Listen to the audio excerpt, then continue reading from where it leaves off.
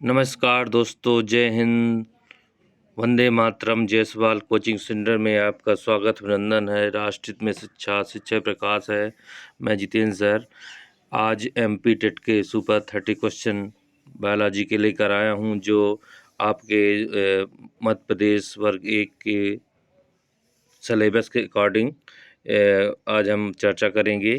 तो आज जो पहला चैप्टर है जो आपका है जैव जगत में विविधता, तो उसी अकॉर्डिंग हमने पूरा उसका निचोड़ हमने आपके सामने प्रस्तुत किया है। अब और हम अब शुरू कर रहे हैं। आपकी स्क्रीन में पहला क्वेश्चन है, वर्गीकरण की सबसे बड़ी इकाई क्या है? तो वर्गीकरण की सबसे बड़ी इकाई क्या है? तो वर्गी क्या आपकी है? सबसे बड़ी इकाई जगत, किंगडम। क्या है आपकी? जगत, किंगडम है। अगला क्वेश्चन है, जो अगला दूसरा क्वेश्चन आपके सामने है, द्विनाम या द्विपद नामकरण पद्धति किसने प्रतिपादित की थी? जो द्विपद नामकरण पद्धति किस वैज्ञानिक ने प्रतिपादित किया था? तो किसने किया था? लीनियस नामक वैज्ञानिक ने किया था। किसने किया था? लीनियस नामक वैज्ञानिक ने प्रतिपादित किया था। ठीक है, अगले दोस्त के बच्चे आते हैं। अगला क्वेश्चन आपकी स्क्रीन पर, पौधों एवं जंतुओं के वर्गीकरण की मूलभूत इकाई क्या है? तो क्या है उसके? पौधों एवं जंतुओं के वर्गीकरण की मूलभूत इकाई क्या है? जाति या स्पीसीज। क्या है? स्पीसीज है इसकी जो मूलभूत इकाई। अगला क्वेश्चन आपकी स्क्रीन पर है, काल प्रभावन का अध्ययन क्या कहलाता है? तो काल प्रभावन का अध्ययन जो है जेरेंटोलॉजी कहलाता है। क्या कहलाता है? जेरेंटोलॉजी कहलाता है। अगले क्वेश्चन आपकी स्क्रीन पर,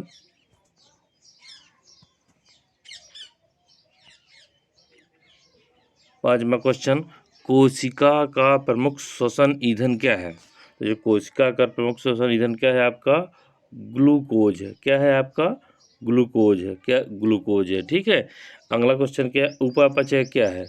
तो उपापचय क्या है? कोशिका में होने वाली संपूर्ण रासायनिक क्रियाओं को हम क्या कहते हैं? उपापचय कहते हैं। क्या कहते हैं? उपापचय कहते हैं। अगला क्वेश्चन आपकी स्क्रीन पर, क्वेश्चन नंबर 7वां आपकी स्क्रीन पर क्या है? सबसे अंत में मरने वाली कोशिकाएं। तो उसका आंसर क्या हो जाएगा? मस्तिष्क कोशिकाएं। जब कोई इंसान डेड होता है तो जो उसकी जो सबसे कोशिकाएं सबसे लास्ट में कौन सी नष्ट होती हैं या मृत होती हैं? वो होती हैं मस्तिष्क कोशिकाएं होती हैं। अगला क्वेश्चन क्या है? 8वां क्वेश्चन आपकी स्क्रीन पर, जैविक संसार में प्रवाहित ऊर्जा का स्रोत। ठीक है, जो हमेशा मतलब संसार पूरे का कौन सा एक है ऊर्जा प्रवाहित का स्रोत? क्या है? सूर्य है। क्या है आपका? सूर्य है, जिसको सन। ठीक है, तो ये आपका सूर्य हो जाएगा। अगले क्वेश्चन की ओर हम चलते हैं। आपके स्क्रीन पर 9वां क्वेश्चन, श्वसन प्रक्रिया क्या है? श्वसन प्रक्रिया क्या है? तो क्या है, कौन सी है? अपचयन प्रक्रिया है। क्या है? अपचयन प्रक्रिया आपकी है। ठीक है दोस्तों, इसके बाद हम अगले क्वेश्चन को चलते हैं। क्वेश्चन नंबर 10वां आपके स्क्रीन पर, पौधों में विभिन्न जैविक क्रियाओं का अध्ययन क्या कहलाता है या क्या कहते हैं? तो क्या कहते हैं? पौधों की विभिन्न क्रियाओं के अध्ययन को हम क्या कहते हैं? पादप कार्यकी। क्या कहते हैं उसको? हम पादप कार्यकी कहते हैं। अगला क्वेश्चन आपकी स्क्रीन पर, ग्रामर क्वेश्चन आपकी स्क्रीन पर, पादप कार्यकी के पिता, ठीक है, फादर ऑफ प्लांट फिजियोलॉजी, जिसके कौन है? स्टेफन हेल्स। क्या है? स्टेफन हेल्स है। फिर अगला क्वेश्चन आपकी स्क्रीन पर, क्वेश्चन नंबर 12वां है आपका, पौधों का वर्गीकरण कितनी पद्धतियों पर आधारित है? कितनी पद्धतियों पर आधारित है? 3। और उनमें कौन कौन सी? एक कृत्रिम पद्धति हो गई, आपकी प्राकृतिक हो गई, और एक जाति वृत्ति हो गई। तो इसमें आपको क्लियर हो गया कि जो पौधों का वर्गीकरण 3 पद्धतियों पर आधारित है, उनमें कौन कौन से? एक कृत्रिम है, एक प्राकृतिक है, एक जाति वृत्ति है। ठीक है दोस्तों, अगले क्वेश्चन की हम बढ़ते हैं। अगला क्वेश्चन आपकी स्क्रीन पर, ये क्वेश्चन नंबर 13वां क्या है? जॉन हॉचिंसन का वर्गीकरण सिद्धांत पर आधारित है, मतलब किस सिद्धांत पर आधारित है, वो क्या आपकी जाति वृत्ति सिद्धांत पर आधारित है। ठीक है दोस्तों, अगला क्वेश्चन आपके स्क्रीन पर 14वां क्वेश्चन, 5 जगत वर्गीकरण किस वैज्ञानिक ने दिया था? तो किसने दिया था, किस वैज्ञानिक ने दिया था? R.H. हुटेकर। क्या था? R.H. हुटेकर है जिन्होंने 5 वर्गीकरण जो जगत का वर्गीकरण का सिद्धांत दिया था। ठीक है, अगले क्वेश्चन को हम चलते हैं। इसके बाद आता 4 जगत। क्या है? 4 जगत जो वर्गीकरण सिद्धांत किसने दिया था? तो 4 जगत वर्गीकरण किस वैज्ञानिक दिया था? H.F. कोपलैंड। कौन दिया था? H.F.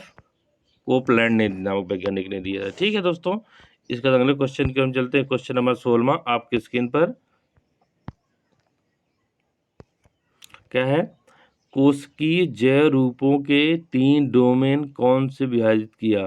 3। ठीक है दोस्तों, तो इसका क्या हो जाए? कार्ल उज नामक वैज्ञानिक दिया था। किसने दिया था? कोशिकीय जैव रूपों के को 3 डोमेन में कौन विभाजित किया था? तो कार्ल उज नामक वैज्ञानिक ने किया था। अगला क्वेश्चन आपकी स्क्रीन पर, जंतु विज्ञान के जनक तो कौन है? अरस्तु हैं। कौन है? आपके अरस्तु हैं। ठीक है, तो इसके बाद अगले क्वेश्चन की ओर चलते हैं। क्वेश्चन नंबर 18 आपकी स्क्रीन पर, वर्गीकरण के पितामह। वर्गीकरण के पितामह कौन है? क्या है? Classification of father. ठीक है, तो इनके कौन है? वही लीनियस नामक वैज्ञानिक। कौन है?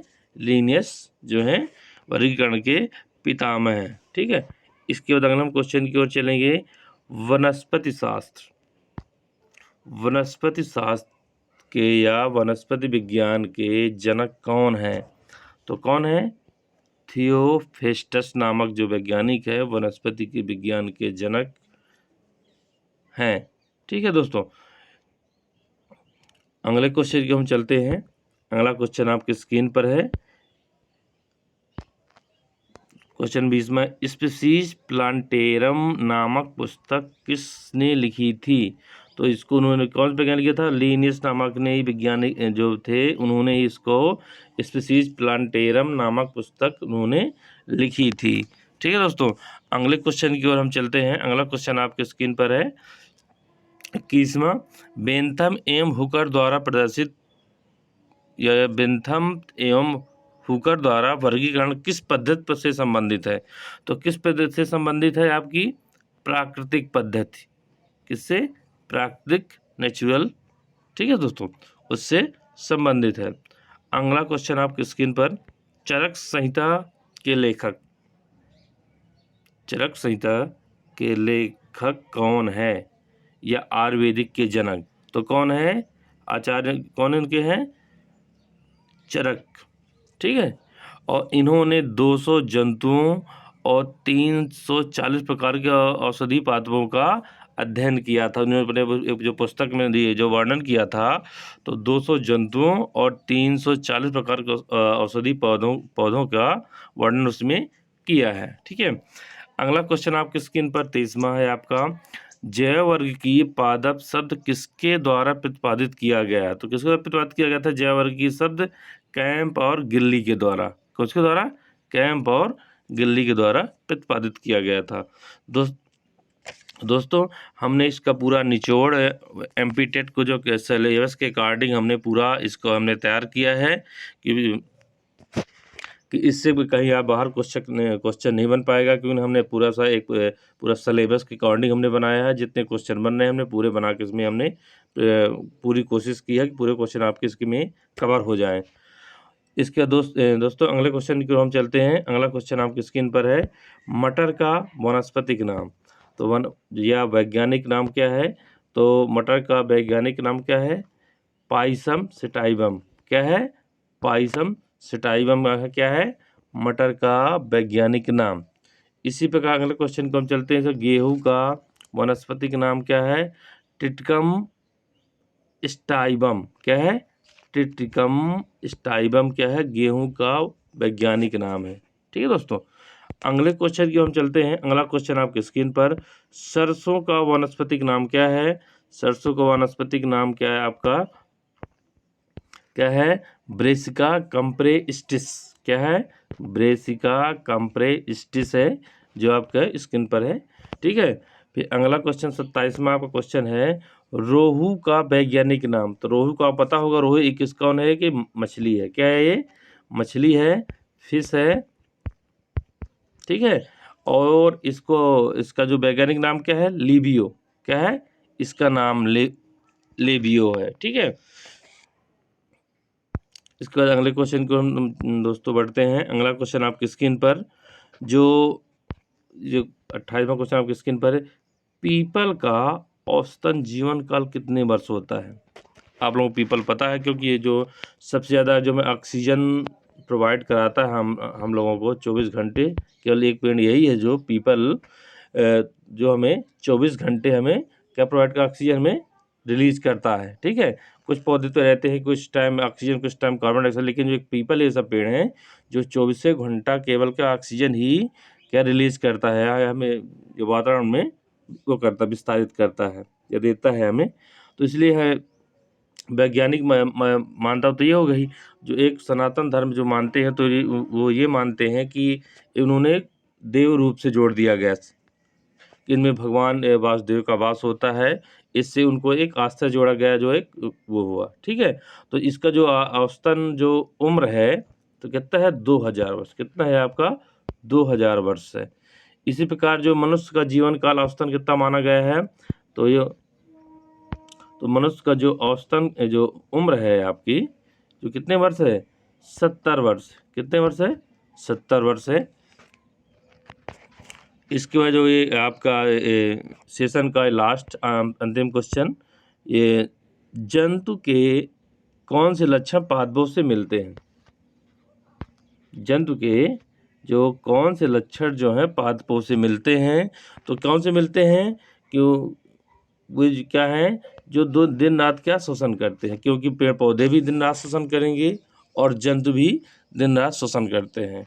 और मित्रों, हमने कोशिश किया है कि हमने जो ये जो बनाया है, तो हमारी कोशिश ये यही है कि हमें ऑप्शन क्यों न जाने पड़े, हमें क्वेश्चन सामने आए हम तुरंत उसका आंसर सटीक दे दें, क्योंकि ऑप्शन में बहुत सारे उसमें कंफ्यूज होते हैं। इसलिए हमने डायरेक्ट सीधे आंसर ही उसमें बनाया गया है कि आपको बिल्कुल पढ़ने में और ज़्यादा सहूलियत हो।